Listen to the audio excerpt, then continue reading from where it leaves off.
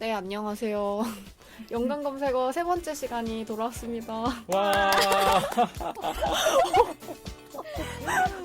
오늘은 새로운 멤버분이 오셨어요. 한번 소개해 주세요. 네, 안녕하세요. 이번 녹음부터 새로 참여하게 된 안꼬입니다. 예, 반갑습니다. 네, 안꼬님. 반갑습니다. 야, 우리 박수 치고 시작해요.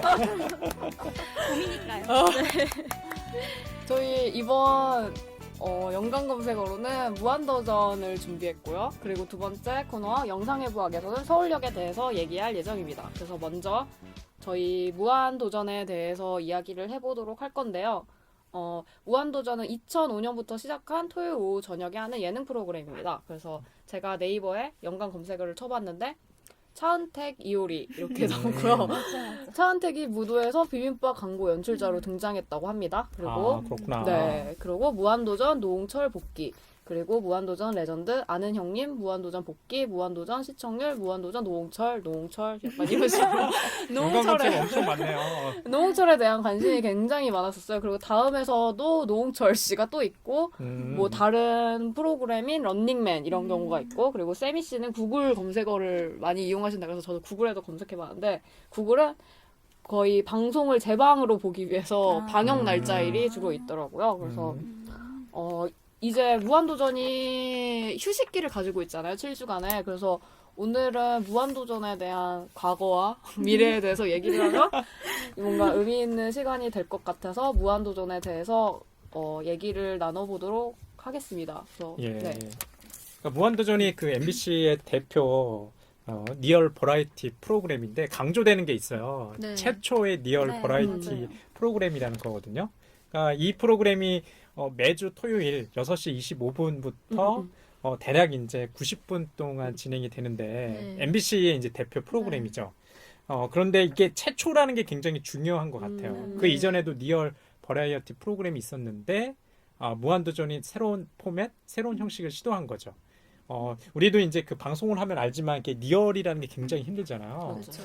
저는 이제 그런 생각이 드는 게, 이 무한도전이 가지고 있는 구성원들의 그 멤버, 아까 여러 이제 인물들이 있는데, 그 일종의 뭐랄까, 유대감이라는 게 끈끈한 케미가 잘 산다는 생각들이 좀 들더라고요. 게다가 요즘에 한 7주? 예, 아마도 이제 이 방송이 나갈 때쯤이면 아마도, 이제 무한도전이 이제 새롭게 이제 충전을 한 다음에 시작할 것 같은데요. 내일이에요. 내일이요? 오, 벌써? 벌써. 와, 그렇구나. 모르겠어요. 저희가 언제 올릴지. 편집이 끝나는 대로 올리니까. 한번 그런 거 얘기하면 좋을 것 같아요. 이게 강점. 지금까지 거의 제가 알기로는 2005년, 무모한 도전에서 출발했다고 맞아요. 하는데 네. 벌써 한 10년, 12년 정도 됐잖아요. 네. 그 강점이 뭐 있을까? 저 무한도전 엄청 좋아하는데 그 우리- 소랑 줄다리기 할 때부터 그 무한도전 그 시절부터 되게 많이 좋아하고 네 저랑 같이 컸죠. 그리고 저랑 같이 컸는데 제가 좀 느끼기에 무한도전이 처음에는 되게 평균 이하의 남성들이 모여서 되게 찌질한 남성들이 모여서 하는 프로그램이었잖아요. 말도 안 되는 소랑 줄다리기를 한다거나 그 미션에 늘 실패하는 게 당연한 그런 스승처럼 나왔고, 그랬는데 이게 10년이란 시간이 지나면서 그 멤버들도 다 성장해서 국민 MC가 됐고 윤우님이 됐고 정영돈, 박명수 다 각자 프로그램을 하나씩 끌 만큼 성장했거든요. 예. 그래서 저는 되게 무한도전이 성장의 모티프를 가진 프로그램이다라는 생각을 많이 해요.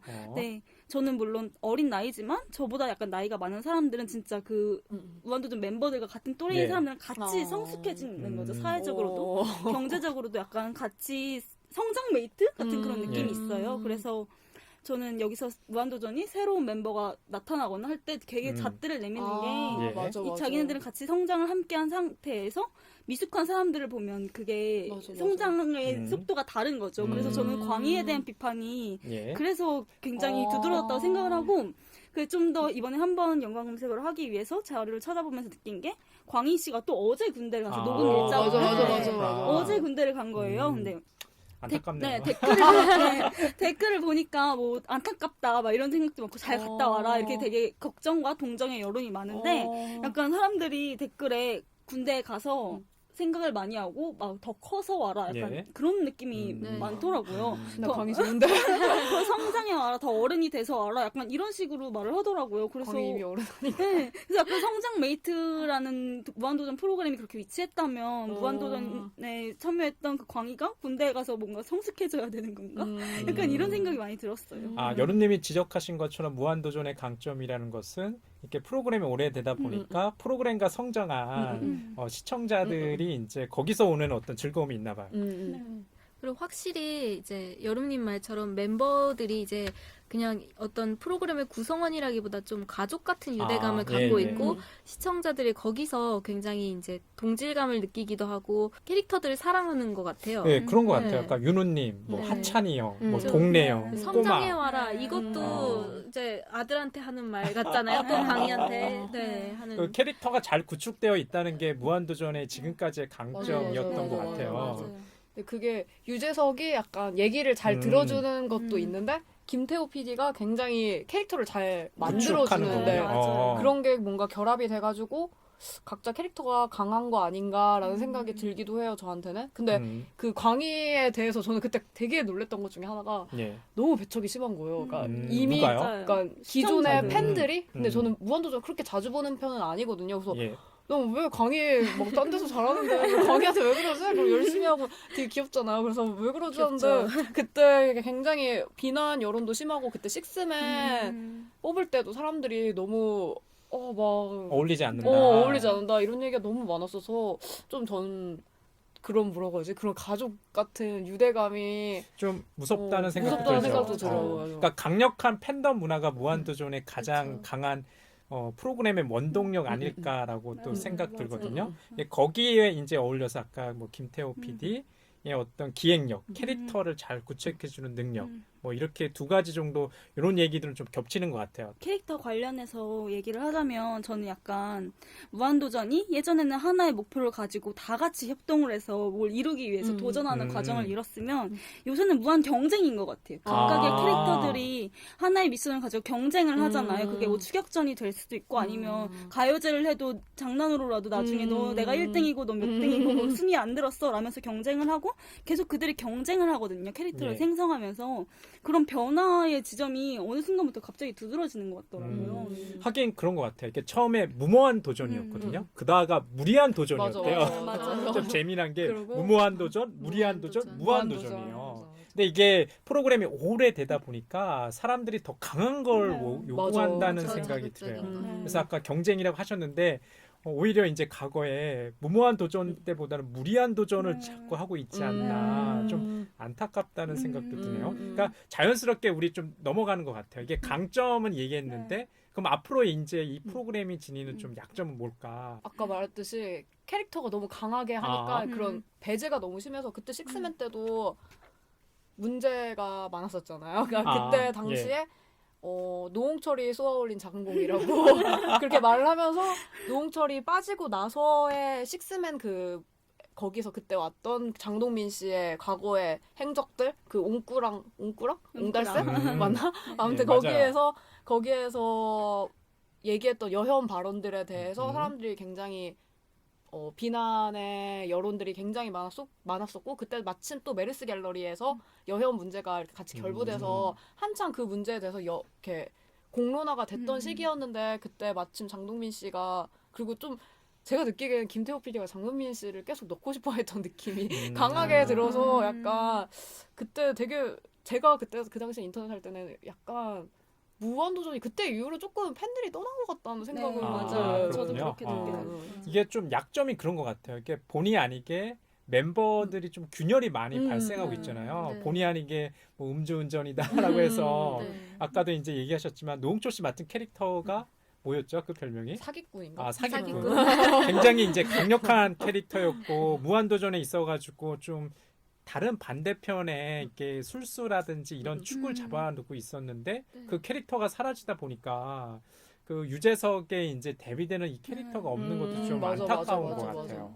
그래서 앞으로 한 7주 정도 이렇게 휴식했잖아요. 그렇죠. 앞으로 그 뭐 어떻게 생각하세요? 무한도전 승승장구 하실까요? 일단 기다리고 계신 분들이 너무 많아서 어, 또 광희 씨가 빠지면서 뭐라고 해야 되나요? 멤버 교체라고 해야 되나? 가 이루어지잖아요. 예. 네, 좀 약간의 그 신선한 바람이 불지는 않을까요? 음. 네, 어떻게 생각하세요? 저는 네. 유튜브에 그 무한도전 관련해서 이번에 찾아보다가 네. 봤는데 그런 게 있더라고요. 이번에 뭐 새로운 멤버가 누가 될 것인가 오. 투표해주세요. 이런 영상을 아. 만들어서 올리시는 분들이 계시더라고요. 근데 봤는데 전부 다 과거에 출연했던 멤버들을 자꾸 대상으로 해요. 우선 당연히 노홍철 나오고 정영돈 예. 나오고 길 나오고 전진 나오고 뭐 음. 그냥 스쳐 지나갔던 게스트들이 나오고 계속 이렇게 하는데 물론 이 사람들이 잘했고 무한도전이라는 그 캐릭터 수조와 케미와 아주 예. 잘 맞아떨어지는 사람인 건 많은데 되게 무한도전의 팬덤층들이 제가 성장메이트라고 말했듯이 되게 익숙한 걸 계속 원하는 것 같아요. 그래서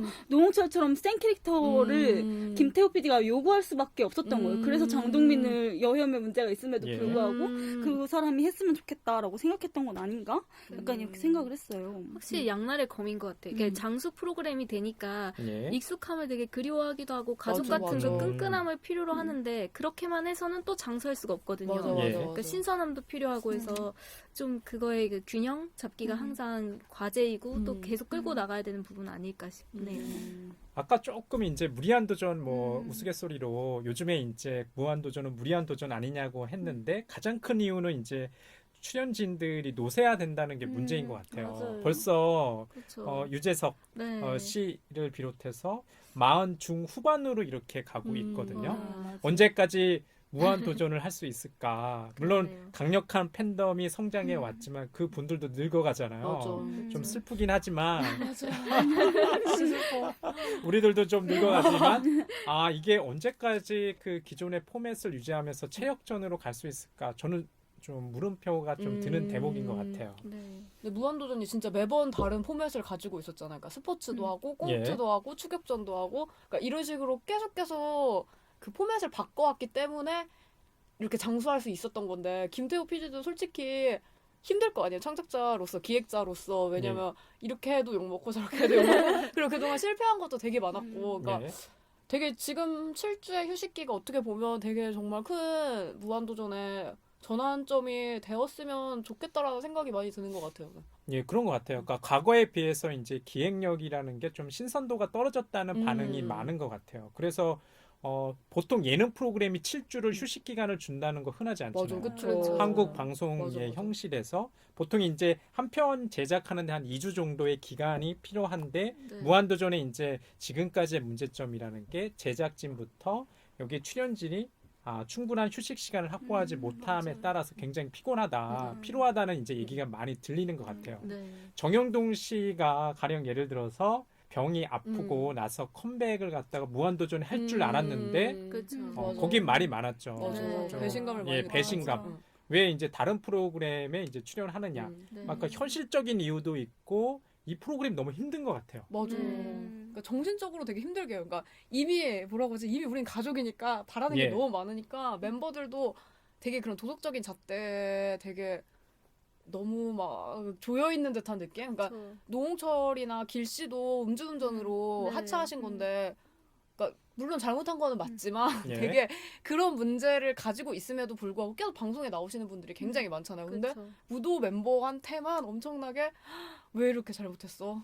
이게 어떻게 보면 모든 리얼리티 쇼에 에서도 찾아볼 수 있는 현상인 것 같긴 한 게 리얼리티를 추구하지만 또 현실과는 좀 구분이 맞아. 되잖아요. 근데 이제 무한도전 포맷 자체가 캐릭터들이 이게 어느 정도 현실에 있는 배우 아니면 예, 이제 예능인 인물 정영돈 씨와 이렇게 일치해서 자꾸 생각하는 이런 그 시청자 입장이 있단 말이죠. 예. 그러니까 이제 사회적 무리를 일으키거나 했을 때 거기서 오는 배신감, 예. 거기서 비롯된 질타 이런 것 때문에 막상 이제 출연진 당사자들은 되게 피로감이 맞아. 많을 것 같긴 맞아. 해요. 힘들 것 같아. 그러니까 자연인 유재석과 자연이 무한도전. 좋네요. 요즘에 막 많이 얘기하잖아요. 박근혜 씨 이제 자연인 박근혜 얘기하는 것처럼 네. 자연인 유재석과 무한도전의 유재석이 구별이 안 되는 것 같아요. 그렇죠. 맞아. 근데 그게 이제 꼭 구별되는 게 좋은 것 같진 않은데 그렇죠. 어느 정도 이제 그 분리된 영역이긴 예. 한데 네. 근데 구별하지 않으려고 하는 거 아닌가요? 김태호가? 계속해서 음. 몰래카메라 기능을 많이 하잖아요. 아. 굉장히 몰래 CCTV 설치해놓고 음. 욕설을 몇 번 했는지 체크를 한다거나 막 한 여성한테 어떻게 운전을 가르쳐주는지 유재석과 맞아, 박명수 맞아. 따라고 그 둘 중에 삶을 뭘 선택하겠는가. 아. 그러니까 이런 식으로 그 사람들의 인격을 그냥 전면화시키거든요. 그게 되게 오. 당연한 수준인 것 같아요. 무섭다는 생각 무서워. 드네요. 맞아. 당연히 이 멤버들이 음. 부담감을 가질 수밖에 없고. 그렇죠. 네, 그리고 저는 이렇게 무한도전 빠들, 저처럼 빠들이 많은데, 이 사람들은 그러면 그 성장 메이트인 멤버들을 되게 사랑하는 거잖아요. 예. 저도 그 사람들을 사랑하는데, 왜 그 사람들의 부담감은 이해해주지 못하는 거지? 라는 생각이 많이 들어요. 시청자들의 사랑도 박애적이지 않고, 자기중심적인 그런 사랑인 것 같아요. 근데 과거에 비해서 매체 환경이 많이 바뀐 것 같아요. 그러니까 MBC에 대한 사실 호감도도 많이 떨어졌잖아요. 맞아요. 뭐 요즘에 우스갯소리로 엠병신이라고 맞아. 하는데 무한 도전만이 지금 승승장구하고 있는데 김태우 PD는 계속 얘기를 하는 것 같아요. 회사에 방송국에 뭐 시즌제나 네, 맞아요. 다른 포맷의 형태로 프로그램을 끌고 가고자 하지만 이게 현실적으로 이제 무한도전이 차지하는 방송국에서의 비중, 특히 그렇죠. 광고 매출이 한 200억 이상이 된대요. 압도적으로. 예, 그러다 보니까 다른 방송 프로그램까지 어떤 견인 효과까지 마련하고 있는 무한도전처럼 한그만을 낳는 거위를 끊을 수가 없는 거죠. 그렇죠. 어떻게 생각하세요? 앞으로 이런 뭐 좋은 프로그램, 뭐 공익적인 성격 있는 무한도전과 같은 그런 프로그램 잘 없는 것 같거든요. 저는 약간 무한도전이 공익적이기 때문에 더 큰 기대를 많이 하는 것 같은데 거기에 조금 그리고 김태호가 트렌드를 따라가는데도 불구하고 조금 놓치는 부분들이 있어가지고 사람들이 그때 식스맨 이후로 약간 떠난 팬들이 비난하는 것 중에 하나가 그거더라고요. 요즘에 계속 여혐 문제에 대해서 계속 공론화가 되고 얘기가 계속 되고 있는데 그런 문제에 대해서 얘기도 하지 않고 무한도전에서 그리고 어찌됐든 멤버들 구성이 남자니까 그런 거 힘들 수는 있긴 하지만 그래도 뭔가 공익적인 프로그램을 계속 만들어왔던 프로그램이기 때문에 더 기대하는 바가 큰 것 같더라고요. 저는 공익적인 걸 반영하는 걸 떠나서 그냥 지금 그러니까 프로그램 외적인 문제를 떠나서 약간 제가 무한도전을 높게 평가하는 건 김태호가 항상 무한도전 내의 문제를 잘 인식하고 있다는 생각이 많이 들어요. 특히 이번에 7주간 결방을 했을 때 과거에 재밌었던 레전드 방송이라서 그걸 편집해서 내보냈잖아요. 근데 그게 무한도전에서 현재 가해지는 가장 큰 비판은 옛날만 못하다. 레전드가 아니고 이젠 재미가 없다. 옛날에 무던 다 재밌었는데 약간 이런 식이었거든요. 근데 저는 이 7주를 채우는 걸 과거에 재밌는 영상을 짜집게 해서 내보낸다는 것 자체가 자기네들이 완전히 문제인식을 하고 있고 자기네들이 그걸 되게 재확인하는 것 같았어요. 자기네들의 문제점을 발견하고. 근데 저는 그게 좋았던 게 그냥 짜집게 해서 영상만 나오는 게 아니라 멤버들이랑 그걸 같이 봐요. 그래서 박명수도 그때 보면서 저 박명수 되게 좋아하는데 요새 짜증났거든요. 진짜 좀 체력적으로 딸리고 순발력이 떨어지는 게 너무 느껴져서 방송을 저렇게 하면 안 되는데 약간 솔직히 이렇게 생각을 했는데 박명수가 그럼 내가 저때 저랬구나 약간 이렇게 하면서 되게 즐거워하고 이렇게 하는 거예요. 근데 저는 그 김태호의 기획력이 되게 대단하다고 느꼈어요. 시청자한테도 보여주고 멤버가 스스로 자각하게 하는 그런 계기를 드러내는 거예요. 그래서 저는 이게 오히려 더 공익적인 성격의 공적인 역할을 하는 게 아닐까? 이런 생각이 들더라고요. 그리고 예능이 하는 거에 조금 그렇게 뭐라고 하지? 강박적으로 공익적인 게 굳이 이제 뭐 무한도전이니까 이렇게 요구하는 것도 좀 무리인 것 같아요. 공익 방송은 아니잖아요. 그렇죠. 취지가. 그래서 여루님 말씀처럼 정말 그 초심을 상기하면서 이제 새로운 아이디어 계속 뿜뿜 했으면 좋겠어요. 네. 예능은 예능이니까 공익도 플러스 알파만 되면 좋고 아니면 말고. 그래서 저희가 이번에 연관 검색어로 무한도전에 대해서 이야기해봤고요. 그래서 무한도전의 과거와 미래에 대해서 우리가 별것도 아니지만 과거의 미래에 대해서 한번 얘기를 나눠보았습니다. 예, 무한도전이 다 잘 되길 바라는 마음에서 얘기한 거니까요. 즐겁게 들어주셨으면 합니다. 네, 저희 두 번째 코너 영상해부학에서는 서울역에 대해서 이야기를 합니다. 다들 서울역 보셨죠? 예, 그 연상호 감독의 애니메이션 네. 서울역. 네. 아마 연상호라는 이름은 몰라도 작년에 히트했던 부산행 다 아실 것 같습니다. 네, 서울역은 2011년에 개봉한 영화로서 연상호 감독, 아까 말씀하신 연상호 감독이 만든 영화로 연상호 감독은 대한민국에서 불모지인 성인 애니메이션 장편 심지어 그거를 제작하는 감독으로 되게 유명한데요. 그 전작품으로는 대지의 왕, 사이비, 사랑은 단백질, 단백질. 제가 굉장히 좋아하는 단편. 뭐 지옥, 뭐 이런 네, 것도 있었던 맞아요. 것 같아요. 창. 창 그런 예. 거 있었고요. 그래서 이번에 되게 서울역이 화제됐던 이유 중에 하나가 부산행의 프리퀄이라는 예. 애니메이션이라 그래서 오히려 부산행이 잘 돼가지고 서울역이 약간 주목받은 게 있어요. 원래 애니메이션이라는 것 자체가 픽사나 그 드림웍스 정도는 예. 돼야지 이렇게 네. 흥행이 되기 쉬운데 대한민국에서 애니메이션을 만든다는 것 자체가 굉장히 힘든 일임에도 불구하고 부산행이라는 어떤 실사 영화에 그리고 좀비 영화라는 그 여름에 맞춰서 때맞춰 나온 영화에 힘입어서 서울역이라는 영화도 주목을 받았던 것 같아요. 네. 예, 그렇죠. 그러니까 프리퀄이라는 것은 전편보다 앞선 시간을 다루는 이야기잖아요. 그렇죠. 참고로 이제 후속 이야기를 다루는 것을 이제 시퀄이라고 이제 부른다고 하는데요. 네. 다들 좀 어떻게 보셨는지 좀 궁금해요. 저는 개인적으로 부산행을 보고서 서울역을 봤는데 서울역이 더 좋았거든요. 애니메이션으로서. 네, 저도 부산행을 보고 그 다음에 서울역을 봤는데 저도 역시나 서울역이 더 좋았어요. 약간 저희 취향이 이상한 건지 모르겠지만 근데 저는 아무튼 서울역이랑 부산행이라는 영화 작품이 파국 서사를 가지고 있잖아요. 저희가 예. 그리고 또 서울역을 선정한 이유가 있죠. 이게 파국이라는 것이 어떻게 보면 끝을 의미하는 것 같기도 하지만 저희가 3월의 키워드가 시작이잖아요. 예, 그래서 맞아요. 끝은 분명히 시작과 맞닿아 있기 때문에 저희가 파국 서사를 우선 다뤘으면 좋겠다라고 생각을 했고 그래서 서울역 애니메이션이 자연스럽게 등장하게 됐는데 파국은 아직 일어나지 않은 상태에서 등장하는 것이라고 제가 배웠어요.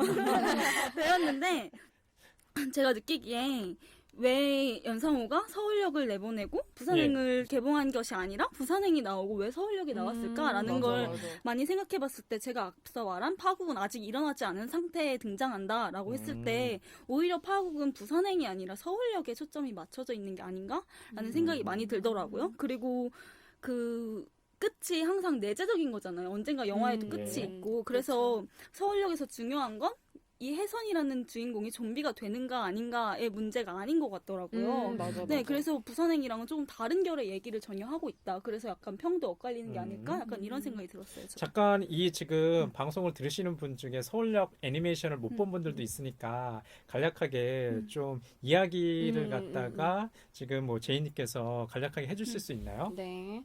서울역은 두 개의 축으로 이야기가 시작됩니다. 처음에 집을 나온 혜성과 그리고 어디서 다친지 모르겠으나 다친 노숙자를 도와주는 또 다른 노숙자 이렇게 두 가지 이야기 축으로 시작을 하는데요.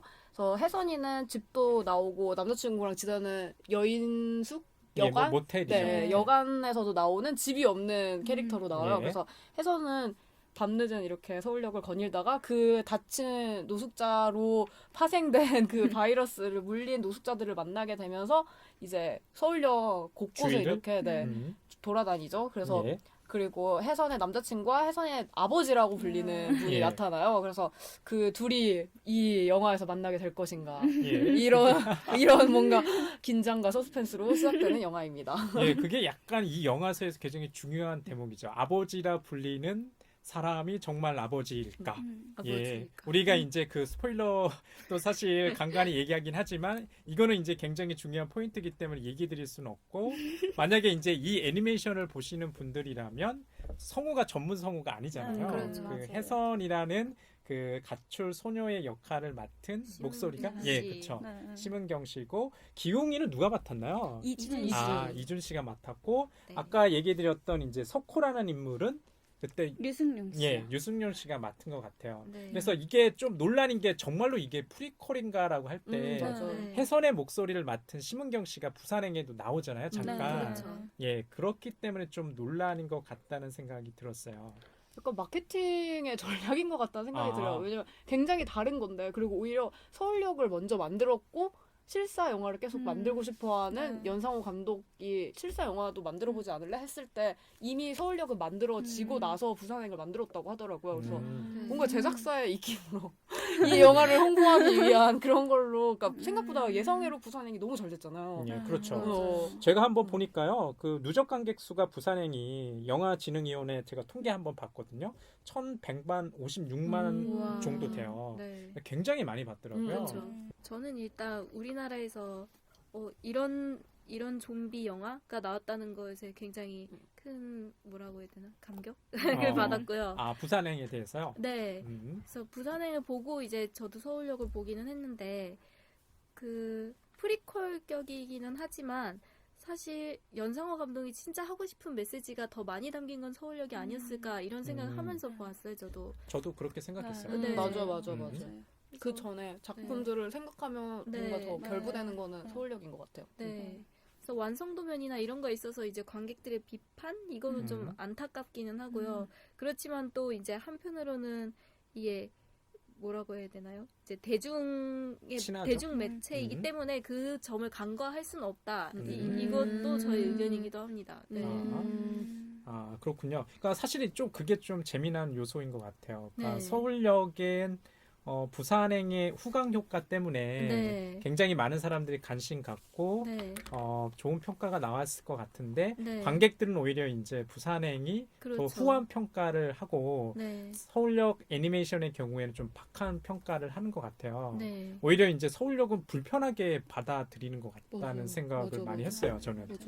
오히려 부산행 없이 서울역만으로도 이제 이야기가 성립된다 이렇게 생각이 안 되는 관객분들이 좀 많았던 것 같아요. 아, 그래요? 그러니까 어떤 음. 비판이 좀 흥미롭게 다가왔었냐 하면 서울역에서 이상 바이러스 때문에 좀비가 됐는데 그 이상 바이러스가 어디서 나왔느냐 뭐 아니면은 어떻게 감염이 시작됐느냐 이제 이것이 영화 끝까지 돼도 설명이 안 된다. 그 부분이 혼란스러웠다 이런 글들이 있더라고 이런 평들이. 근데 그게 중요하지 않지 않나요? 네. 왜냐면 네. 다른 좀비 영화에서도 그렇죠. 꼭 굳이 그걸 알려줘야 되나? 저희 입장에서는 사실 그런 입장이었는데 이제 부산행을 보신 분들은 이게 프리퀄이라고 하니까 맞아. 그런 서울역에서 기대를 뭔가 하죠. 답을 주길 맞아. 바라는 그런 기대 심리가 있으셨던 것 같아요. 음. 그래서 이게 어찌 보면 부산행 때문에 화제가 됐지만 또 그것 맞아. 때문에 더 비판을 받지 않았나. 아, 별개의 작품이긴 하지만 그렇죠. 전작이기 때문에 어떤 네. 이렇게 사건의 인과관계가 있으리라 기대를 한 것 그렇죠. 같네요. 제가 좀 흥미로웠던 그 서울역과 부산행의 비판 중에 하나가 예.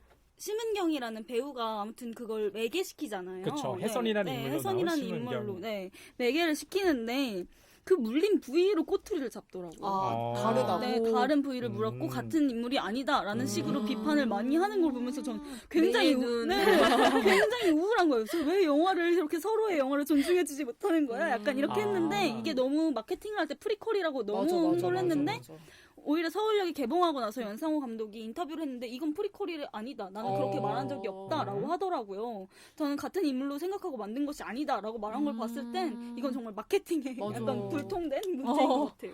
그럼에도 불구하고 서울역과 부산행은 같은 세계의 간을 공유하는 것 같아요. 그러니까 네. 좀비라는 키워드도 나오고 연상호 감독이 이제 뭐 인터뷰에서 그런 얘기를 좀 했다고 하더라고요. 자신의 이제 영화에서 관객들이 뭐 사회적 공기 이런 것들 좀 느낄 수 있었으면 좋겠다. 그러니까 좀 연상호 감독의 애니메이션을 보면은 메시지가 굉장히 세다는 네, 생각이 맞아요. 들었어요. 맞아요. 저는 특히 그 전작에 되는 단편 애니메이션이나 좀 장편 애니메이션, 가령 예를 들어가지고 대지의 왕, 네. 이런 게 마지막에 반전 내지는 파국 이런 것들이 굉장히 충격적으로 좀 다가왔거든요. 네. 그래서 부산행보다는 서울역이 더 연상호 닿았다고 평가를 하고 있고 그런 이제 파국이 불편할 수 있지만 연상호의 어떤 색깔, 스타일이라는 저는 생각을 합니다. 네.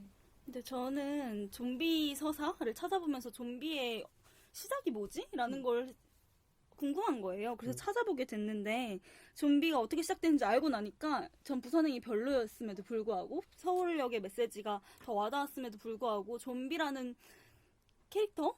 아무튼 설정을 채택한 연상호 자체가 역시 메시지를 담고 있구나 이렇게 생각이 들더라고요. 좀비의 시작을 아시나요 혹시? 아니요. 몰라요. 설명해주세요. 네, 저도 관련된 책을 읽으면서 알게 된 건데 좀비가 IT 섬이라는 서인도 제도의 공화국에서 발생을 했대요. 네. 그 공화국이 1791년에 혁명을 통해서 공화국이 설립됐는데 1, 2년 이때 붕괴가 됐고 그리고 몇 년이 지나서 19세기 말부터 20세기 초에 미국의 지배가 있었던 거예요. 근데 거기에 인디언들처럼 민담이 있었던 거죠. 그 IT 섬에. 근데 그게 부두교에서 유래한 민담이래요. 근데 이게 정말 끔찍해요. 이 민담에 미국인들이 흥미를 보였는데 이 민담이 뭐였냐면 죽음에 이르게 하는 약을 만들어가지고 먹여요. 예. 그런 다음에 장례를 치러요. 근데 이 네. 사람은 죽은 게 아니라 주술로 환생을 시켜요. 아. 그게 노동의 지속이래요. 아. 노동의 지속이라는 형벌을 주는 게 좀비화 시킨다는 네. 거래요. 잔인해. 네, 그런 거였다는 거예요. 그래서 죽어서도 노동을 해야 하는 최악의 상태가 좀비를 의미하는 거라고 하더라고요. 우리 원인이. 아니에요 지금? 우리가 상황인가요? 저는 너무 그게 신기했어요. 저희가 생각하는 그 약간 괴물과 사람도 아닌 그런 모습을 네. 생각했는데 결국엔 사람인데 노동을 하는 사람 나? 그러니까. 내가 좀비라는 거잖아요. 그러니까. 네, 그래서 그게 되게 엄청 흥미로웠던 것 같아요. 근데 이것도 분명히 약간 정치적인 메시지가 있고 그쵸. 사회적 맞아, 메시지가 맞아. 있는데 연상호가 이걸 모르고 좀비를 설정을 그쵸, 끌어들이진 그쵸, 않았을 그쵸. 것 같다는 생각이 들더라고요. 되게 뭔가 이분법적인 거를 파괴한다는 생각을 많이 들었어요. 그 네. 좀비라는 존재 좀비라는 자체가. 존재 예. 자체가요. 그러니까 아예 시작할 때도 서울역 시작할 때도 어떤 할아버지가 그러니까 처음 물린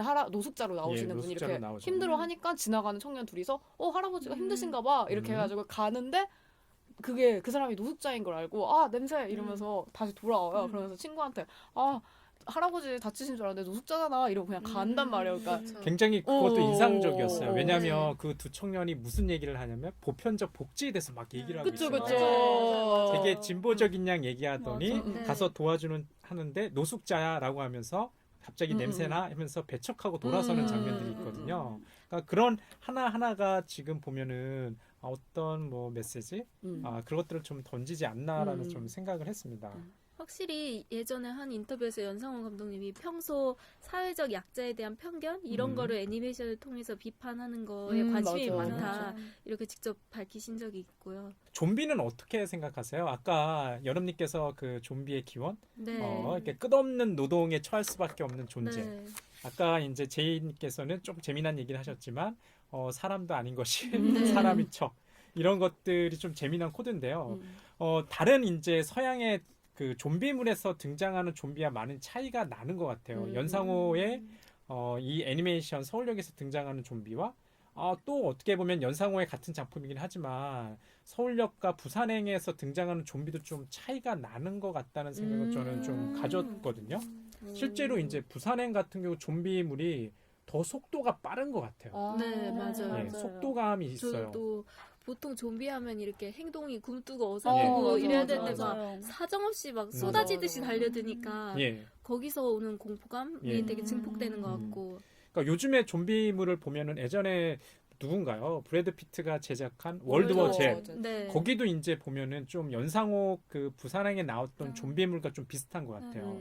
굉장히 스피드하고 속도가 빠르고 집단으로 이렇게 몰려가고 그런 것들이 굉장히 이제 공포스러움으로 좀 다가온다는 생각이 좀 들었고요. 자본주의 좀비인가요? 그런 것 그런 것 같아요. 같아요. 빠르게 네. 그래서 굉장히 좀 대생산되고 흥미로웠어요. 네. 그러니까 이건 여담이긴 한데 부산행에서 가장 좀 인상 깊었던 장면이 저가 공유가 이제 남아있는 일행과 지금 기차를 갔다가 다른 기가차로 이제 바꿔 타는 과정에서 네. 좀비들이 때로 이렇게 손잡고 네. 뭐 이렇게 끌려가는 장면들이 네, 있거든요. 맞아요. 떼거지로 그거 네. 하나를 갖다가 속도 그게 저는 굉장히 인상 깊더라고요. 네. 근데 서울역의 좀비는 그만큼의 어떤 좀비의 어떤 질감 내지는 속도는 없는데 뭐랄까 그 되게 거칠잖아요. 네. 연상호 감독의 그 애니메이션을 보면은 매끄러운 선이 아니라 거친데 거기서 오는 또 공포감도 있는 것 같고 또 어떻게 보면은 그 그림체 말씀이신 예, 거죠? 예, 그렇죠. 네. 이 애니메이션이 가지는 그런 효과들이 좀 있지 않나라는 생각들을 저는 가졌어요. 네. 이 애니메이션이기 때문에 도드라지는 부분들이 몇 개 저는 보이는 것 같아요. 그래요? 그러니까 그 되게 그냥 실사 영화였다면 주목하지 않을 것도 주목하게 만드는 지점들이 있었던 것 중에 하나가 그 노숙자분들이 서울역 안에서 주무시는데 이불을 꺼내시잖아요. 근데 그 이불을 꺼내는 게 오피스텔 분양합니다. 네, 이거고요. 맞아요. 꼭 그런 거더라고요. 근데 맞아. 그게 주거 목적이 아닌 투자로서 분양합니다. 이런 식으로 이렇게 강조한단 말이에요. 근데 그분들은 집이 없잖아요, 노숙자분들은. 예. 근데 그쵸. 거기서 이거를 꺼낸다. 약간 이런 것도 그냥 만약에 실사 영화였다면 그런 전광판이 어쨌든 눈에 잘 안 들어갔을 것 같은데 네. 애니메이션이기 때문에 조금 일부러 엉성하게 만들었나 싶을 정도로 되게 허접한, 그러니까 되게 그림판으로 만든 듯한 그런 모양새를 가진 그런 광고를 일부러 넣어가지고 약간 주목하게 만드는, 네. 그러니까 오히려 이 현실과 조금 이질감을 줌으로써 조금 한 번 더 보게 만드는 약간 이런 지점들이 이 영화의 곳곳에 있는 것이 아닐까라는 생각이 들더라고요. 그러니까 아까 얘기드렸던 것처럼 연상호 감독이 참 한국 사회를 잘 비틀면서 얘기하는 것 같아요. 맞아요. 아까 맨 서두에 이제 노숙자 장면도 그렇고 지금 제이님께서 얘기하시는 그 노숙자들이 이불을 꺼내는 그것도 그 소재 자체에서 좀 보여주고자 하는 얘기들이 많은 것 같거든요. 가령 또 제가 또 생각나는 것들은 또 뭐냐면 여기 나오는 이제 혜선이라는 인물도 가출 청소년이잖아요. 네. 뭐 남자친구라고는 하지만 이제 기웅이라는 인물도 혜선을 통해서 좀 일종의 원조 교제죠. 그렇죠. 여자친구 파는 되게 몹쓸 놈으로 나와요. 물론 이제 그 마지막에 가서는 뭐 희생당하는 장면도 있긴 하지만 뭐 그렇게 뭐 선한 인물로 이제 그쵸. 보여지진 않거든요. 이게 다양한 인간 구상들이 나오는데 가령 저 또 인상 깊었던 장면이 그 빨간 이제 비더네즈 티셔츠를 맞아. 입고 있었는데 네. 경찰에 이제 그 버스에 막혀서 탈출을 못하는 그런 상황이잖아요. 네. 근데 자기가 이제 막 욕하죠. 너희들 같은 빨갱이들과 여기서 죽을 순 애국심이. 없다고. 근데 그게 너무 웃긴 거예요. 왜냐하면 빨간색 티를 비더네즈라고 네. 우리 모두 이제 빨갱이가 되자라고 이렇게 돼 있는데 맞아. 자기는 이제 빨갱이랑 죽을 수 없다고 맞아. 이런 예치는 장면들이 네. 이게 비트는 것들이 있어가지고 맞아. 네. 연상호 이제 이 애니메이션을 보시는 분들이라면 그런 것들이 피식피식 좀 웃을 만한 요소인 것 같다는 맞아요, 생각을 맞아요. 했어요. 네. 저는 이제 이거는 이제 여담 비슷하긴 하지만 왜 서울역이고 부산 행일까? 왜 서울이고 맞아요. 왜 부산일까? 음. 네, 이런 생각을 해봤어요. 서울 하면은 우리나라의 수도고 예. 또 인구 밀도가 어떻게 보면 가장 높은 곳이잖아요, 전국에서. 네, 그래서 여기서 어떤 이상 바이러스가 퍼지기 시작한다는 거 이거 자체가 엄청난 공포인 것 같고요. 좀비가 된다는 거는 사실 죽음에 이르는 게 아니라 그 뒤에 죽음보다 못한 존재가 되는 거잖아요. 예, 맞아요. 네, 그래서 그게 이제 부산 해행까지 간다는 게 이제 전국적으로 퍼진다. 굉장히 무시무시한 메시지인 것 같아요. 이 전체를 놓고 보았을 때. 네. 좀 흥미로운 해석 같아요. 그러니까 네. 서울에서 출발해서 부산까지. 까지. 그러니까 보통 우리가 서울을 제1도시라고 한다면 부산은 제2도시고 제2도시. 1도시부터 2도시까지 가는 어떤 기차 내지는 그 출발점부터 종착지까지가 다 좀비 네. 오염된 자들로 이렇게 그렇죠. 덮여 있다면 노동력을 상실한 인물들이잖아요. 생의 본능만 남아 있죠. 네. 그런 흡혈 본능만 남아 있다고 했을 때 주는 뭐 디스토피아, 파국, 종말 이런 것들이 그 이후에는 어떻게 될까? 이번 달 저희 테마가 시작이기 때문에 네. 이 영화 내지는 애니메이션뿐만 아니라 그 다음은 어떻게 될까를 계속 되묻게 되는 것 같아요. 저는 서울역 봤을 때 앙꼬님이랑 비슷하게 되게 놀라웠던 장면 중에 하나가 모델하우스에 가잖아요. 근데 저도 옛날에 어디서 책에서 봤는지 수업 시간에 들은 건지 기억이 안 나는데 모델하우스가 한국에만 있는 거래요. 그래요? 너무 신기하죠. 그래서 그거를 정말? 파빌리온 시스템이라고 건축 용어인데 그게 정자 같은 그러니까 가설 시설물 이런 걸 파빌리온 시스템이라고 하는데 네. 제가 본 책에서는 그 모델하우스를 가지고 한국형 파빌리온 시스템이다 이렇게 말을 하는 거예요. 그러니까 되게 안락하고 되게 좋잖아요. 근데 그걸로 보면서 진짜 생각해보니까 이 영화가 엄청 이 서울이라는 공간을 총체적으로 보여주고 있다는 생각이 들더라고요. 네. 그러니까 지하철도 되게 저는 항상 서울에 살았던 사람이라서 예. 네. 서울에 있는 지하철을 보면서 네. 이렇게까지 깊이 들어가면 언제까지 네. 우리가 여기서 살 수 있을까? 땅이 언제라도 무너질 것 같은 그런 느낌이 너무 많이 들어서 약간 지하철 같은 것도 그렇고 네. 뭐 모델하우스도 그렇고 그리고 서울역에 가면 항상 계시는 노숙자분들도 네. 그렇고 네. 그러니까 뭔가 이 서울이라는 총체적인로 이렇게 공간을 보여주는 영화인 것 같아서 그렇죠. 되게 흥미로웠거든요. 근데 부산행은 근데 그런데 비해 뭐 부산에라는 곳에 도착하지도 않잖아요. 그러니까 기차 안에서만 어. 보여주니까요. 그런 게 되게 재밌더라고요. 그런 것 같아요. 그러니까 서울역이라는 되게 상징적인 공간이죠. 여기서는 뭐 장소가 아니라 공간이라고 말해야 될 것 같아요. 그러니까 네. 서울역을 갖다가 부분으로서 뭘 보여줬을까? 한국이라는 전체를 말하고 싶은 것 맞아요. 같아요. 네, 그러니까 맞아요. 서울역에서 주변에서 벌어지는 아수라장. 네. 그것이 이제 아까 안꼬님도 얘기하셨다시피 이게 우리나라 대한민국 전체로 퍼진다고 했으면 어떤 일이 벌어질까라는 좀 발칙한 상상 이런 것들이 좀 있는 것 같아요. 네. 그래서 지금 보면은 계속해서 이제 좀 저희가 모아지는 주제들이 있는 것 같아요. 메시지가 연상호 이제 감독이 보여주는 서울역 안에서 이 메시지라는 것들이 서울역이라는 부분으로부터 어떤 사회적인 발언을 좀 하고 싶어 하는 것들 아닐까. 또 한편으로는 다른 애니메이션을 갖다가 연상호 감독의 것들을 보면 그런 생각도 좀 들어요. 좀 너무 마지막이 좀 안 좋잖아요, 결론이. 이것도 좀 진부하다는 생각도 좀 들긴 해요. 근데 여기서는 해피엔딩 아닌가요? 어디서요? 여기 서울역에서는 해피엔딩 아닌가? 저는 그거 보면서 해피엔딩이라는 생각이. 그래요? 근데 좀 씁쓸한 건 그런 거죠. 뭐 이 여자로서, 그러니까 청소년이고 여자로서 가출한 여성이 복수할 수 있는 유일한 방법이 좀비가 되는 거라는 게 조금 아쉽긴 하지만 그래도 뭐 해피엔딩 아닌가 나름 해피엔딩 아닌가라는 생각을 저는 했었어요. 되게 독특한 해석이네요. 그러니까 아까 저도 그 지금 제이님이 얘기하셨던 것처럼 모델하우스가 굉장히 인상적이었어요. 왜 모델하우스일까? 모델하우스. 예. 그러니까 모델하우스의 연호는 잘 몰랐지만 네. 마지막 순간에 모델하우스에 가는데 모델하우스가 겉만 그럴듯한 집이잖아요. 그렇죠. 모델이기 때문에 그 네. 안에서 사람이 살만한 편의시설이나 이런 것들은 실질적으로 없잖아요. 네. 그냥 한번 겉으로 이제 그럴듯한 공간이니까 네. 그게 왠지 우리나라를 보여주는 것 같다는 맞아. 생각을 좀 했거든요. 그것도 겉만 뭐, 그럴듯한 그럴듯한. 그 안에는 죽은 자들만 돌아다니거나 그렇죠. 정막 맞아. 빈 공간 이런 생각들을 저는 사실 가졌어요. 거쳐가는 곳이죠, 어디까지나. 네. 그렇죠. 그리고 이제 노숙자들, 서울역에 많이 있는 노숙자들의 처지와도 같다고도 볼 수 있고. 네. 저도 모델하우스가 나오는 후반부 장면이 되게 좋았는데 저는 그 부분에서 되게 좋았던 게 그 영화에서 절정이 모델하우스라고 생각을 하는데 그게 거기서 뭐 복수를 하고 결말이 나서가 아니라 저는 기웅이랑 석규 그 포주랑 둘이 싸워요. 그래서 기웅이 죽잖아요. 저는 네. 그게 흥미로웠던 게 영화 내에서 유일하게 바이러스의 문제가 아니라 인간과 인간이 처음으로 싸우는 모습이고 인간과 인간의 폭력을 행사하는 모습이에요. 네. 혜선에게 그동안 석규라는 인물이 폭력을 행사해왔고 억압을 행사해왔겠지만 이게 절대 나타나지 않고 삭제되어 있는 상태인데 이게 처음으로 인간과 인간 간의 문제로서 가시화되는 곳이 모델하우스인 거예요.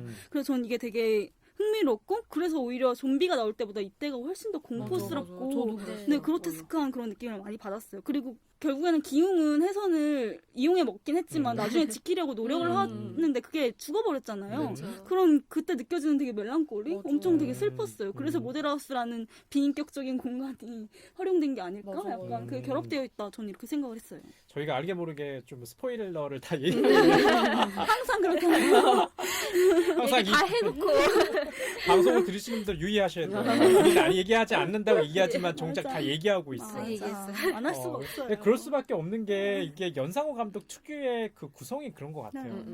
끝에서의 5분이 굉장히 중요하잖아요. 네. 맞아요. 가령 제가 아까 종전에 얘기했었던 대지의 왕. 왕도 좀 그런 것 같아요. 연상호 감독의 애니메이션이 보면은 끝까지 가서 약간 뒤통수를 팍 치는 것들이 있거든요. 근데 그게 이제 제가 말 드렸다시피 좀 반복되니까 나도 모르게 이제 예측하는 이제 다른 게 있을 거야 이런 생각들을 마음의 가지는 준비를. 그에 비해 부산행은 좀 그렇지 않았어요. 네. 너무 좀 장르 영화에 좀 친숙하게 가지 않았나 생각했거든요. 이게 대중성을 고려한 선택이었을까요? 그럴 것 같아요. 가령 부산행에서 되게 좀 해피엔딩이잖아요, 솔직히. 네. 마지막에 그 정유미 씨, 네. 임산부랑 또 공유의 딸 역으로 나왔던 게 노래를 부르면서 그 터널을 갖다 가죠. 네. 그게 좀 희망의 메시지를 던지고 있더라고요. 맞아요. 그러니까 어떻게 생각했냐면 연상호 감독이 애니메이션에서 실사용으로 넘어오면서 상업적인 것들에 좀 타협했다는 생각이 좀 들었어요. 네. 그냥 다 죽였어야 되는데. 또 죽었어야지 진짜 연상호다운. 예. 맞아. 그런데 마지막 장면에서 노래를 부르면서 부산행에서는 가거든요. 또 정유미 씨 캐릭터가 그 임신 중이잖아요. 예, 맞아요. 그러니까 삶의 가능성, 그다음에 터널 밖으로 걸어 나가는데 이게 빛을 이렇게 받은 그쵸. 그런 샷 이런 게 다 희망을 담고 있는 메시지는 분명한데 개인적으로는 이제 연상호 감독님이 다음번에는 좀 긍정의 메시지를 담은 작품을 했으면 좋겠다 해서 이것도 나쁘진 않았어요. 저는. 되게 그냥 여기서 갑자기 질문. 지금 여러분 연상호 감독이 실사 영화를 계속 하셨으면 좋겠어요. 아니면 장편 애니메이션을 계속 했으면 좋겠어요. 저는 애니메이션인데 좀 다른 톤의 밝은 톤. 네. 가능할까요? 저도 가능할까요? 제가 좋아한다고 말했던 사랑은 단백질 그것도 굉장히 밝은 톤인데 엄청 슬프거든요.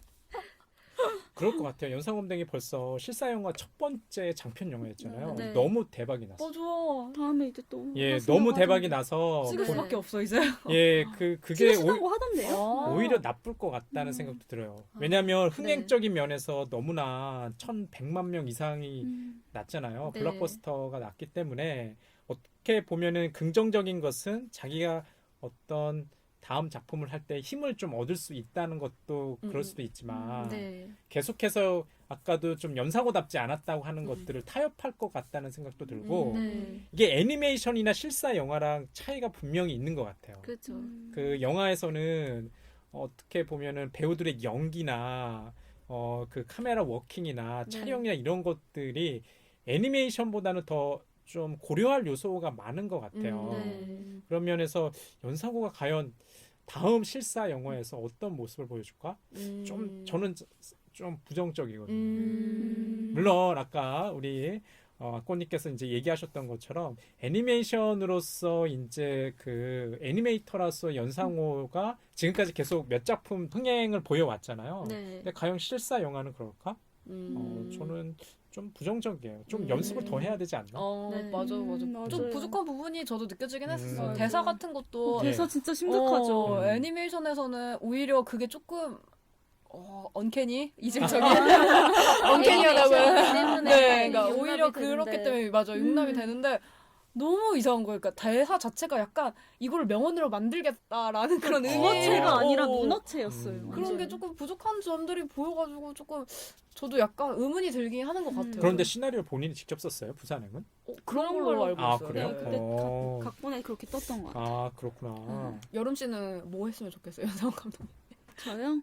근데 저는 실사 영화를 한다고 해서 나쁠 거라고 예상하지는 않는데 말씀하신 것처럼 대사나 연기력 저는 연기력이 너무 실망이었거든요. 맞아. 못하는 배우들이 네, 아닌데. 마동석 씨나 저는 좀 충격적이었던 게 첫 장면이었어요. 첫 장면에 엑스트라 아, 그 사투리를 쓰시면서 연기를 하시는데 저도. 네, 근데 영화의 첫 장면이 정말 그러니까. 중요하잖아요. 근데 거기서 엑스트라가 나올 수는 있죠. 근데 연기를 너무 못하시는 거예요. 맞아. 사투리를 맞아. 그럼 차라리 서울말을 쓰는 사람이 맞아. 나왔으면 좋겠다라는 생각이 들 정도로 그래서 약간 첫 장면부터 그렇게 연출을 잘 못하는 거면 이건 정말 제 역량이 부족이 아닐까? 그래서 실사 영화를 만드는 건 좋지만 많이 연습을 하시고 많이 배우고 많이 보셔야 될 것 같아요. 오프닝 크레디트 전에 나오는 장면들이 뭐예요? 잘 기억이 안 나서. 그 심은경 씨가 예. 이렇게 막 네. 가는데 그 아, 뭐지 트랙터라고 해야 되나요? 네. 그거를 타고 내려오시나 어떤 분이? 아. 뭐 동물을 싣고 약간 가시는 구제역 분이었나? 이런 것처럼 아. 소독 이런 상황이었어요. 네, 맞다. 아, 그래서 무슨 사슴에 친 다음에 어, 대사. 맞아. 아, 하긴 저도 좀 생각이 나는 게 오프닝 크레디트 전에 그런 씬들이 굉장히 중요한 역할을 그쵸. 담당하는데 잘 모르겠더라고요. 굳이 저게 필요한가?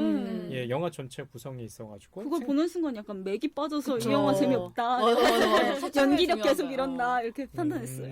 그렇구나. 그건 또 어떻게 생각하세요? 제가 서울역을 볼 때 굉장히 좀 신기하게 생각했던 게 해선의 탈출을 도와주는 인물들이 이타적인 인물들이 굉장히 많이 나와요. 네. 근데 도와주는 사람들은 다 죽어요. 다 희생돼. 끝이 안 좋아요. 다 종말을 맞아요.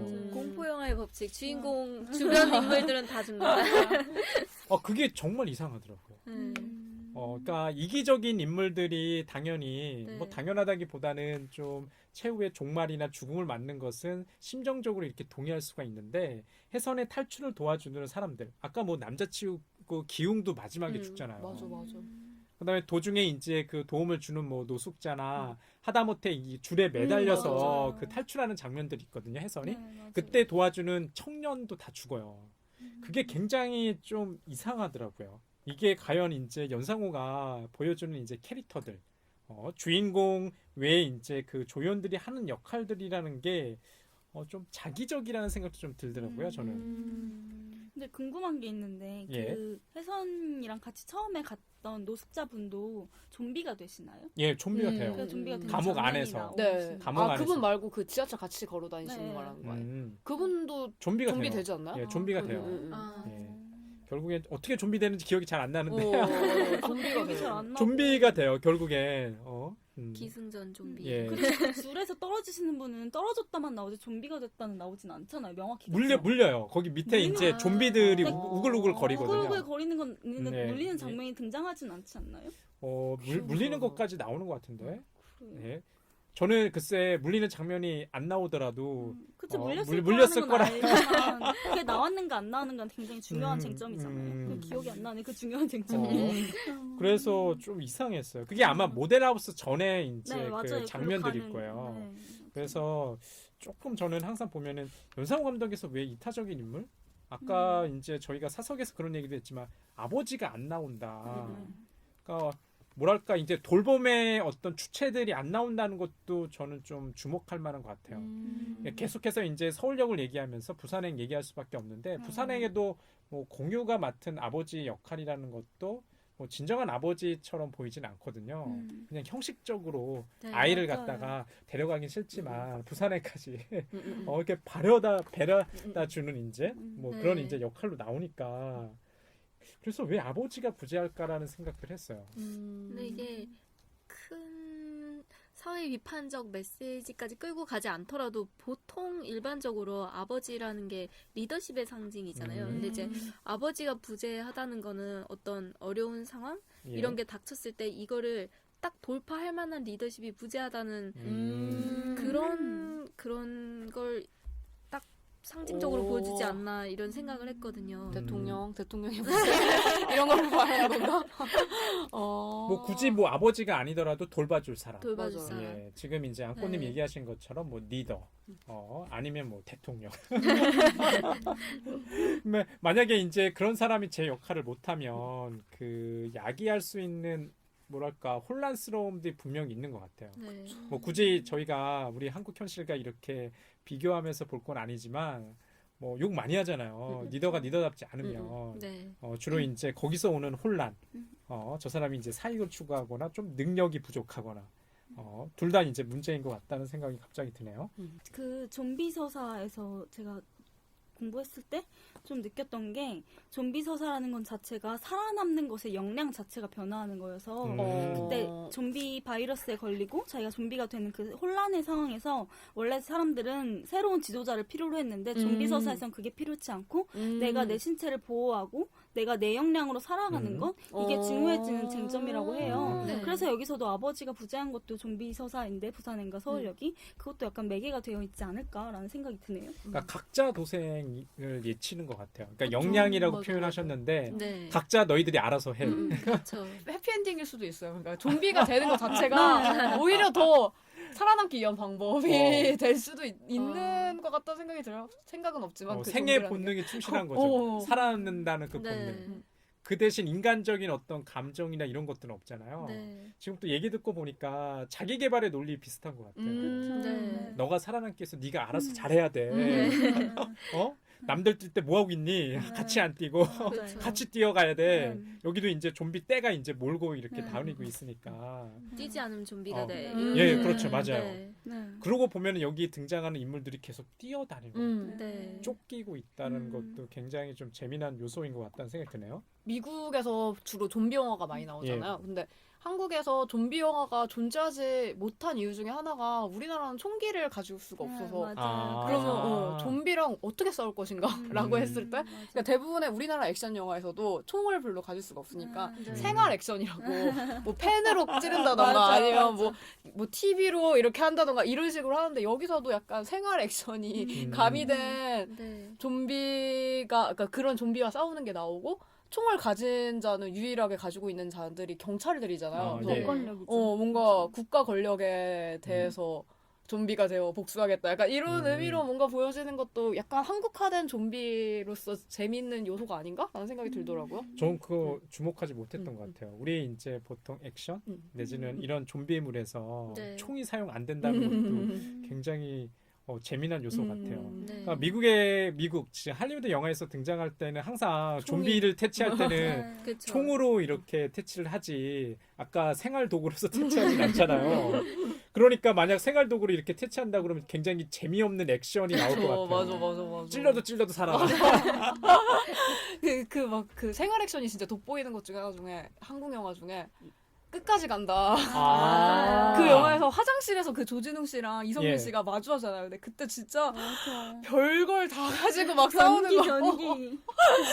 그러니까 그런 재미가 약간 한국 영화에서 가질 수 있는 장점일 수 있는데 뭔가 서울역에서도 약간 총이 없기 때문에 그러니까 근데 이 영화에서는 그렇게 막 두드러지진 않더라고요. 그러니까 좀비를 막 죽이는 장면이 되게 자극적으로 보여주고 그런 건 없는데 그래도 뭔가 그런 것도 되게 그냥 재밌는 것 같아요. 왜냐면 우리나라는 공권력이 굉장히 세고 무슨 오를 지킵시다 했을 때 예. 무조건 사람들이 지켜야 되는 줄 알고 이러는데 약간 그런 걸 표성하는 의미로도 조금 괜찮은 상징인 것 같다는 생각이 들더라고요. 네. 갑자기 문득 그런 생각 들었어요. 저희가 할리우드 영화물에 나오는 좀비를 볼 때랑 외국인이 한국에 지금 연상호 좀비를 볼 때 어떤 느낌일까? 궁금하네요. 예, 궁금해요. 근데 되게 평 좋지 않나요? 해외 맞아.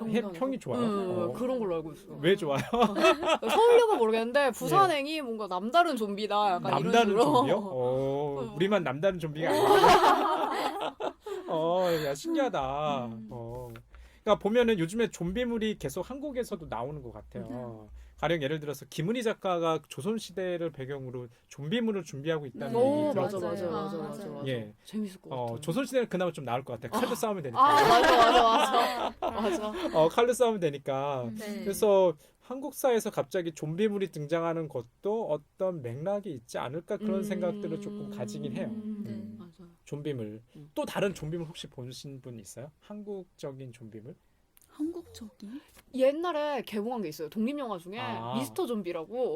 저도 좀 기억나는 것 같은데. 근데 그게 단편으로 되어 있는 좀비 영화 얘기였는데 네. 뭐 좀비와 사랑을 나눈다던가 아. 아니면 뭐 그러니까 그런 식으로 시리즈물로 좀비 한국에 좀비가 있으면 어떨까 이런 게 있었는데 그게 독립영화라서 어찌돼서 좀비가 특수분장이나 이런 게 돈이 많이 드는 거잖아요. 그래서 네. 조금 제 기억에는 별로 인상 깊진 않았었어요 그 영화가. 이거에 비해서 약간 감성 좀비인가요? 약간 조금 그런 것 같아요. 조금 그런 것 감성 같아요. 좀비. 네, 한번 그 봐야겠네요. 할리우드 영화에도 그런 비슷한 거 있지 않아요? 원바디스. 예, 그거 아직도 기억나요. 네. 좀비가 사랑한다는 것도 말이 되나 그게? 내가 없는데 어떻게 살아가지? 그게 좀 굉장히 이상해 보였는데 저게 좀비일까 사람일까 좀 좀비에 약간 진화된 거 아닐까라는 생각 가졌거든요. 네. 그래서 그게 약간 좀비학 이런 그런 좀비학. 게 소사를 공부하시는 분들은 수정 좀비라고 부르더라고요. 수정 좀비. 원바디스 영화가 기점이 되더라고요. 그 영화 중요한 영화군요. 좀비물에서. 좀비와 사랑할 수 있을까? 사랑할 수 없을 것 같아요. 어렵죠, 사랑하기. 사람도 아닌 것이. 예. 저 좀비물 따로 이렇게 특집 만들어 보는 것도 재미날 것 같아요. 맞아요. 우리가 오늘 연상호 애니메이션인 이제 서울역 내지는 연상호 감독의 다른 실사 영화 부산행과 관련해서 좀 얘기를 했지만 실제로 좀비물이 하나의 이제 장르로서 굳어 있고 그런 것도 비교하면 굉장히 재미날 것 같아요. 아니면 한국에서의 좀비와 한국적인 것들과 좀 비교하거나 이러면 좀 어떤 특징들 이런 것들이 지금 이제 나올 것 같다는 생각이 드네요. 저희 이번 연관검색어 영상해부학에서는 서울역에 대해서 얘기했는데요. 한국에서 좀비의 역할에 대해서도 한번 얘기해보고 서울역이 가지는 애니메이션으로서의 서울역에 대해서도 얘기하고 이제 앞으로 연상호 감독의 행보가 우리가 뭐길래 대체 우리가 뭐길래 모르겠지만 아무튼 연상호 감독이 앞으로 어떤 작품을 만들지 기대를 한번 걸어보아서 이렇게 마치도록 해보겠습니다. 오늘 어떠셨나요? 오늘 무한도전과 서울역 재밌으셨나요? 오늘 오신 네, 오늘부터 참여하게 됐는데 굉장히 즐거운 시간이었습니다. 사실 제가 안고잖아요. 예. 처음에 소개를 하려고 했는데 타이밍을 놓쳤어요. 네, 제가 그 팟을 좋아하는 것도 있지만 이게 팟캐스트잖아요. 맞아. 예. 팟캐스트의 팟 맞아. 같은 그런 얘기를 전달하고 싶다 해서 참여했는데 제가 안고 같은 존재가 되기보다는 여러분들을 통해서 또 제가 더 많이 재밌는 시간을 가지면서 또 많은 것을 배웠습니다. 예. 네, 즐거운 시간이었습니다. 아, 저는 재미난 것 같아요. 그러니까 연상호 감독 그 서울역 애니메이션부터 다른 작품들을 조금 봤거든요. 이제 그런 재미가 좀 있는 것 같아요. 아까도 우리 제이님이 좋아하신다는 사랑은 단백질부터 아마 연상호 특집을 이렇게 만들어줘도 좀 재미날 것 같다는 생각이 들거든요. 맞아. A라는 작품과 B라는 작품의 이제 공통점과 차이점. 그 연상호 특유의 좀 시니컬, 랭소적인 네. 것들을 좀 얘기하면 좀 재미날 것 같다는 생각도 좀 들었고요. 또 연상호 얘기할 날 있겠죠? 그렇죠. 그럼요. 작품 빨리 하시면. 예. 네. 예, 여름님은 여름 씨는 어떠세요? 저는 아까 잠깐 언급했는데 제가 여름에 우울증에 걸렸다고. 서울역을 너무 박하게 평가해서 그게 별명이 여름인데. 막 진짜 우울증은 뭐 당연히 아니지만 약간 저는 부산행을 좀 안 좋게 본 상태였고 그 심파서가 너무 싫어가지고 되게 부정적으로 본 상태였는데 서울역에 대해서 그렇게 박하게 평가하는데 그 평가의 기준 잣대가 부산행이더라고요. 근데 제가 좀 안 좋게 본 요소가 있는 작품인데 그걸 잣대로 삼아서 제가 좀 좋아하는 작품을 안 좋게 보니까 그 좀 그랬고 안타까운. 네 안타까운 그런 게 있었고 약간 대중들 관객들이 어떤 영화를 원하는지 확실하게 가시화된 느낌이었어요. 그 평 자체를 보는 게. 근데 그게 좀 되게 안타깝더라고요. 역시 다양성은 성공할 수 없는 것인가? 이 사회는 다원주의가 될 수 없는 것인가? 그래서 약간 되게 멜랑콜리한 그런 느낌을 되게 많이 받았었거든요. 근데 내부는 저랑 생각이 비슷한 것 같아요. 미안해 봤습니다. 저희 세 번째 연관 검색어 마치겠고요. 다음 주는 예, 어떤 주제일지.